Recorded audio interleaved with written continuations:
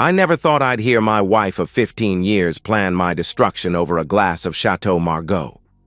He's weak, dull, a pushover. We'll say he's mentally unfit, unstable from grief. I've already been telling friends he talks to himself and forgets where he is.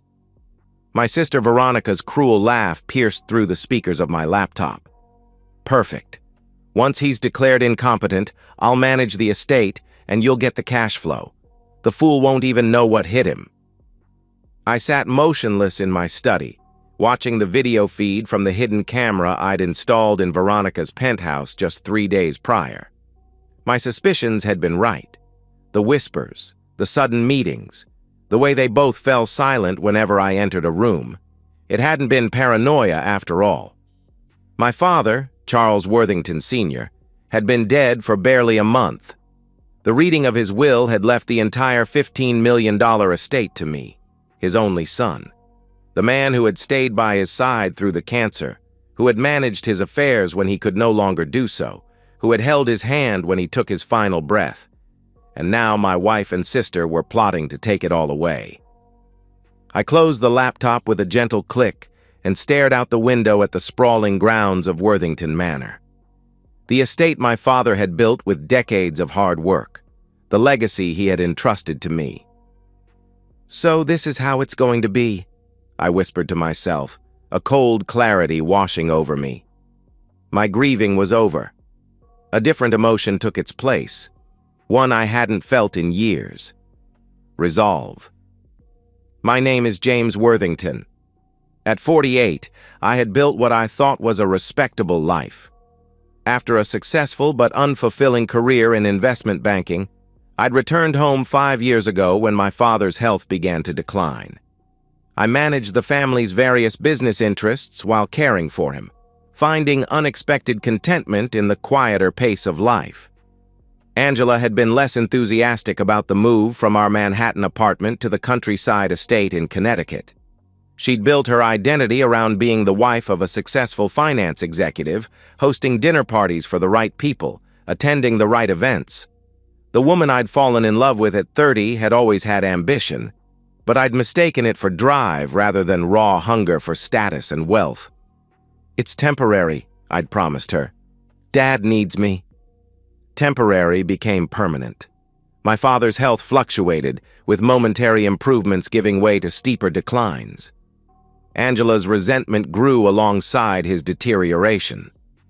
"We're wasting our lives in this mausoleum," she'd complain, gesturing around the historic mansion with its old-world elegance. "For what? So Charles can die surrounded by his precious antiques?" I should have seen it then, the contempt in her eyes, not just for our situation, but for me, for my loyalty, for the very qualities she'd once claimed to love. My sister Veronica had always been distant.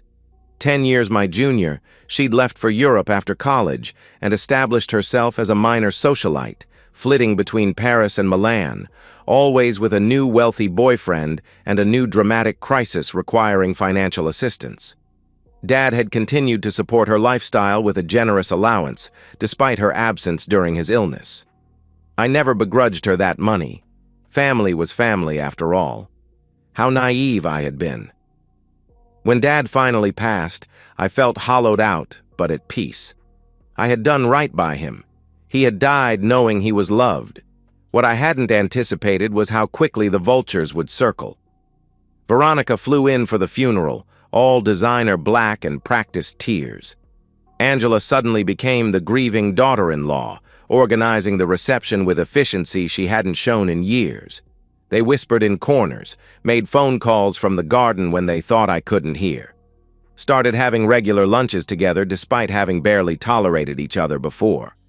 That's when I first suspected something was wrong.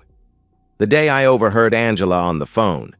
"Yes, the old man finally kicked it. Now we just need to handle the other problem." I ordered the surveillance equipment that afternoon. After discovering their plot, I began noticing things I'd been blind to before. How Angela's eyes never lit up when I entered a room anymore. How she'd check her phone whenever Veronica texted, then make excuses to call her back from another room. The way she studied me when she thought I wasn't looking, not with love, but with calculation.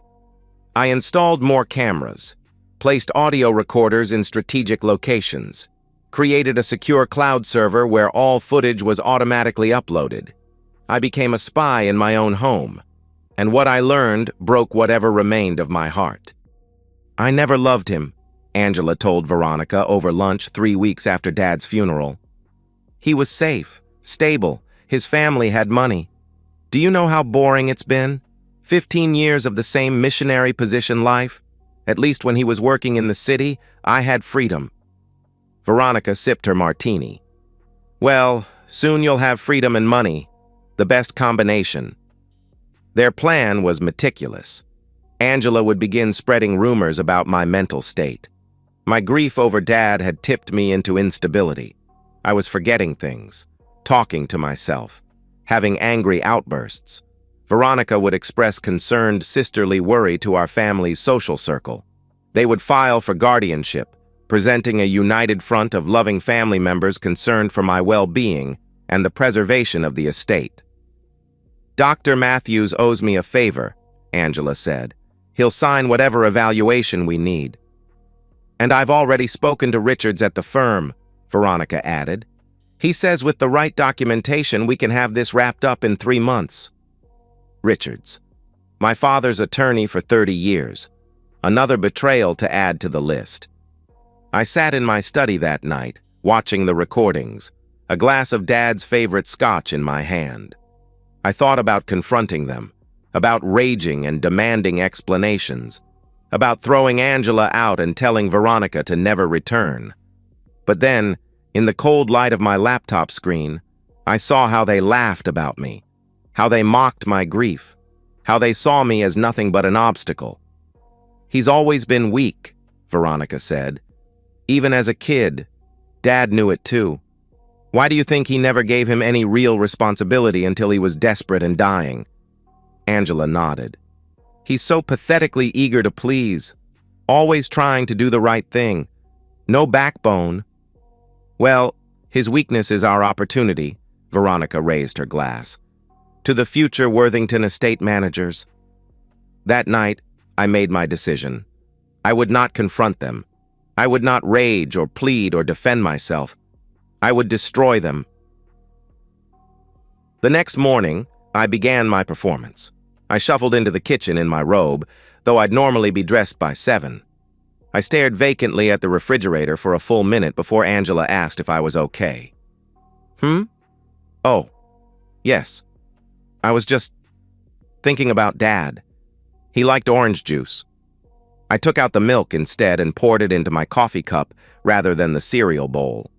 Angela's eyes lit up with barely concealed excitement. James, honey, that's milk.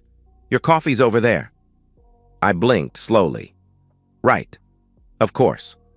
Then I added, as if to myself, Dad always said the morning light confused him too. Over the next few weeks, I carefully escalated my symptoms. I left the stove on. I called Angela by my mother's name. I stared at family photographs for uncomfortable lengths of time. I began taking walks at odd hours and returning with my clothes slightly disheveled. Angela documented everything. I found her taking photos of the mess I deliberately left in my study. She recorded conversations where I seemed confused or agitated. She saved text messages where I sent nonsensical responses.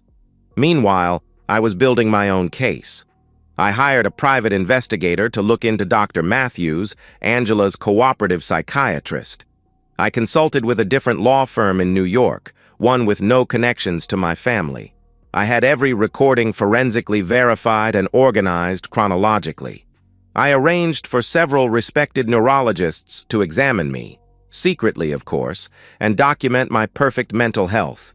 I even reached out to my old friend Michael Harrington, now a judge, for a private lunch. I didn't tell him specifics, but I asked hypothetical questions about guardianship hearings and what evidence would be considered most compelling. He was puzzled but helpful.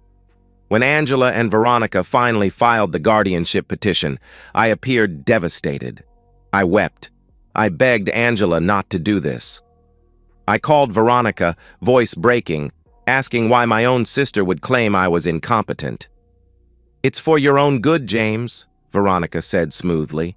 "You're not well. We're worried about you." "This is temporary," Angela assured me, patting my hand with perfectly manicured fingers.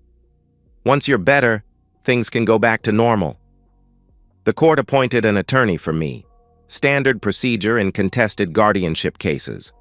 Angela and Veronica didn't know I had already retained the services of Catherine Winters, one of the most ruthless estate litigators in the Northeast. They assumed I would be represented by some overworked court appointee who would see the mountain of evidence and recommend I submit to evaluation.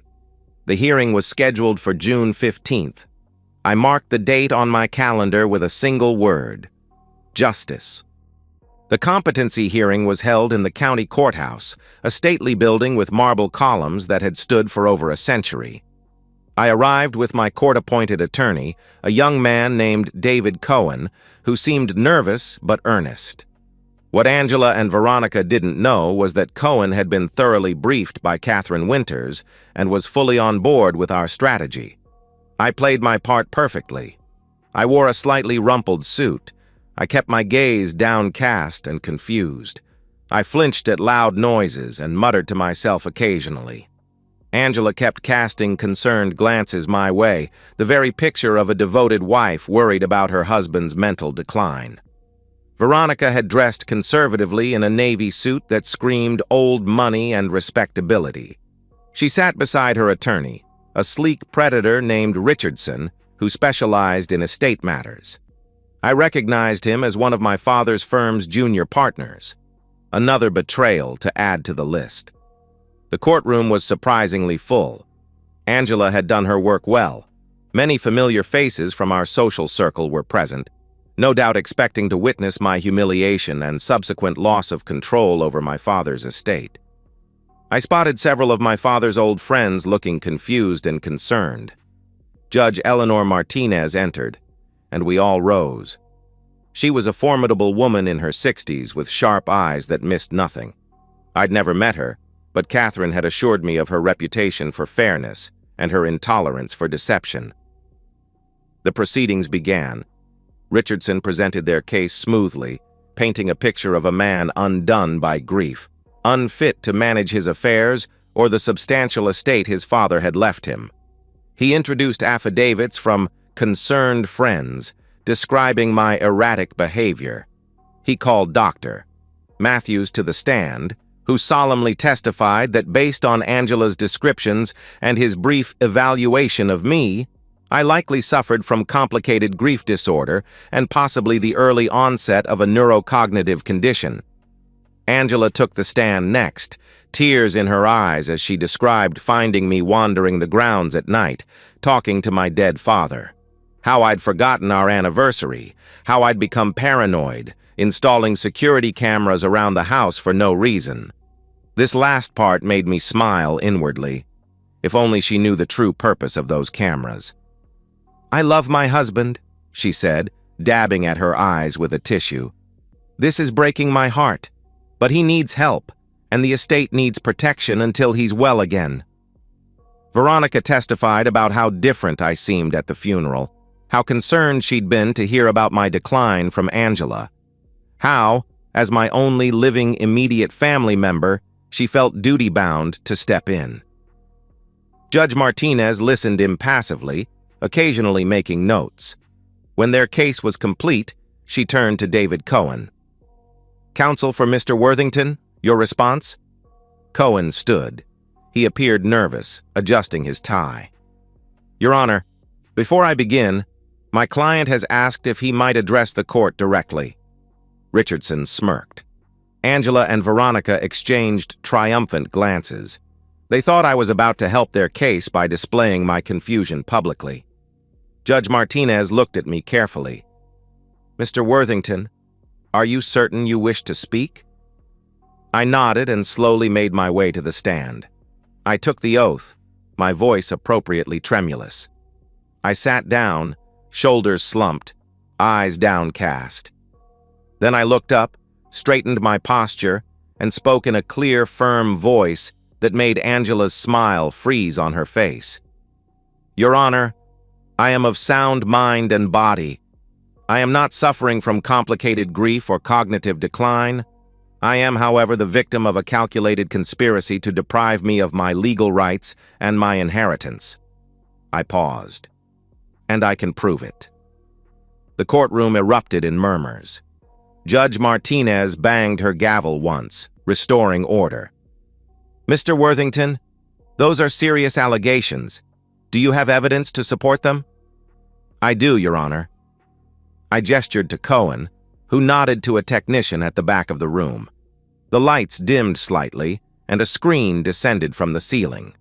Cohen handed me a remote.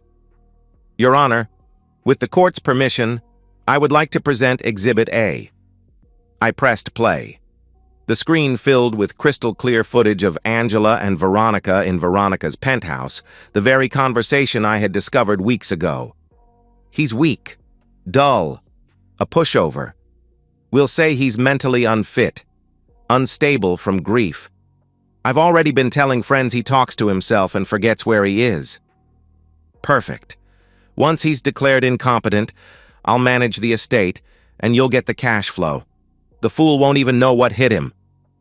Gasps filled the courtroom. Angela's face drained of color.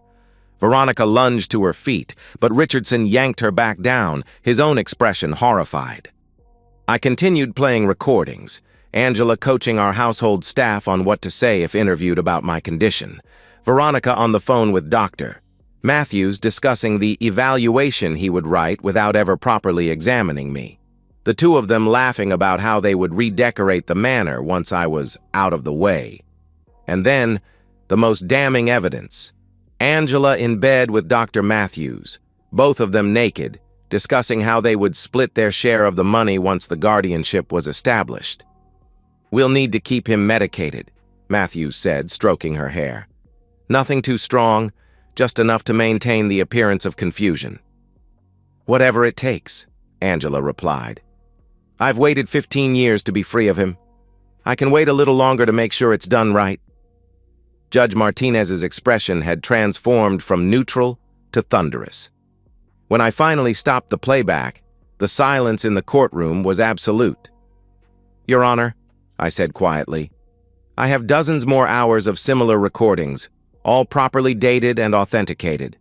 I've submitted myself to evaluation by 3 independent neurologists, all of whom have certified my mental competence." I handed Cohen a folder which he presented to the judge. I would also like to point out that Dr. Matthews is not a neurologist or a psychiatrist specializing in cognitive disorders.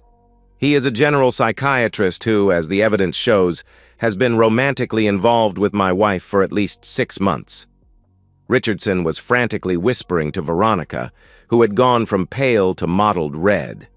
Angela sat frozen, staring at me with naked hatred.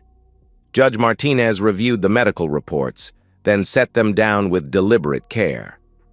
"Mr. Cohen, do you have anything to add to your client's presentation?" Cohen stood. "Yes, Your Honor. Mr. Worthington would like to file counterpetitions against Mrs. Worthington and Ms. Veronica Worthington for fraud, defamation, conspiracy, and attempted financial elder abuse.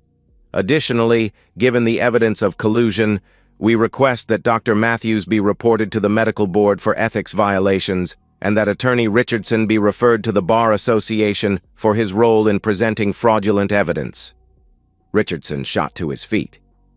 "Your Honor, I had no knowledge of any conspiracy. I was merely representing my clients based on the information they provided." Judge Martinez silenced him with a look. "Save it for the Bar Association, Counselor." She turned back to me. "Mr. Worthington, I must say in my 30 years on the bench, I have rarely seen such a blatant and calculated attempt to abuse the guardianship process. This court was very nearly used as an instrument to steal your rightful inheritance and deprive you of your freedom." She shuffled some papers, then looked up with steel in her eyes. "The petition for guardianship is denied. Furthermore, I am issuing a temporary restraining order preventing Angela Worthington and Veronica Worthington from accessing any Worthington family assets or entering Worthington Manor pending the resolution of Mr. Worthington's counterpetitions. She banged her gavel. Court is adjourned. Mr. Worthington, my sincerest apologies for what you've endured. As security approached to ensure Angela and Veronica kept their distance from me, I stood and walked toward the exit. Angela lunged forward, breaking away from her attorney's restraining hand. "You bastard!" she screamed. "You tricked us! You set us up!" I stopped and turned to face her, speaking just loudly enough for everyone in the now silent courtroom to hear. "I protected what was mine. You were always just visitors here." The fallout was swift and merciless. By that evening, the local press had the story. By the next morning, it had gone national. Worthington gold diggers caught in estate fraud plot. Angela's tearful testimony and our family photographs were juxtaposed with stills from the surveillance videos. Her affair with Dr. Matthews became public knowledge. Veronica's social media accounts were flooded with disgust and mockery. Dr. Matthews surrendered his medical license rather than face a public hearing. Richardson was placed on leave pending investigation. The friends who had signed affidavits about my mental state scrambled to distance themselves, claiming they'd been misled by Angela's concerns. I filed for divorce immediately. Given the circumstances and the prenuptial agreement Angela had signed, which included infidelity clauses, she received nothing. The judge was particularly unsympathetic when it was revealed that she had been transferring small amounts from our joint accounts to a private one for months, building a nest egg for her post-guardianship life. Veronica fared no better. I sued her for defamation and conspiracy, resulting in a $2.5 million judgment against her. When she couldn't pay, I placed liens against her penthouse and her vacation property in the Hamptons. She was forced to sell both, and the once proud socialite moved into a one-bedroom apartment in Queens. Her wealthy friends, always fair weather, stopped returning her calls. The criminal charges were another matter. Both Angela and Veronica were charged with conspiracy to commit fraud. Angela faced additional charges related to perjury and attempted financial elder abuse. Veronica, who had a previous suspended sentence for cocaine possession, was denied bail. I attended every court hearing, sitting silently in the back. I wanted them to see me, calm, composed, watching justice unfold. Angela was sentenced to 18 months in prison. Veronica, with her prior record, and as the instigator of much of the plot, received 3 years. When the media requested interviews, I declined politely but firmly. I had no interest in becoming a public figure or in prolonging the spectacle. The only statement I released was brief. Justice has been served. I now ask for privacy, as I honor my father's legacy. And I did honor that legacy. I established the Charles Worthington Sr. Foundation for Veterans Support, dedicating half of the estate to providing housing and medical care for veterans in need, a cause my father, a Korean War veteran himself, had always supported. I sold the manor. Too many bitter memories lingered in those halls now. I purchased a smaller but still elegant home by the coast, where I could watch the sunrise over the Atlantic and feel at peace. Sometimes in the quiet mornings, I wonder if I went too far, if I could have found a gentler way to expose their treachery, if the public humiliation and criminal charges were excessive. Then I remember Angela's voice. He's weak, dull, a pushover. I remember Veronica's cruel laugh. I remember how they plotted to drug me into compliance and steal not just my inheritance, but my dignity and freedom. No, I did not go too far. I went exactly as far as justice demanded. Last week, I received a letter from Angela, sent from prison. I recognized her handwriting on the envelope. I held it for a long moment, feeling its weight in my hands. Then I dropped it, unopened, into the fireplace and watched it burn to ash. Some betrayals can never be forgiven. Some wounds never heal. but I have found a strange peace in the aftermath of destruction. I am not the man they thought I was, weak, dull, a pushover. I am James Worthington, my father's son, and I protected what was mine. They were always just visitors here. And that's the end of today's story. If you enjoyed it, please give this video a thumbs up and drop a comment below. Your support helps the algorithm push my content further. If you're new to the channel, don't forget to hit that subscribe button. It really helps me keep creating more stories for you. Thanks for watching, and I'll see you in the next one.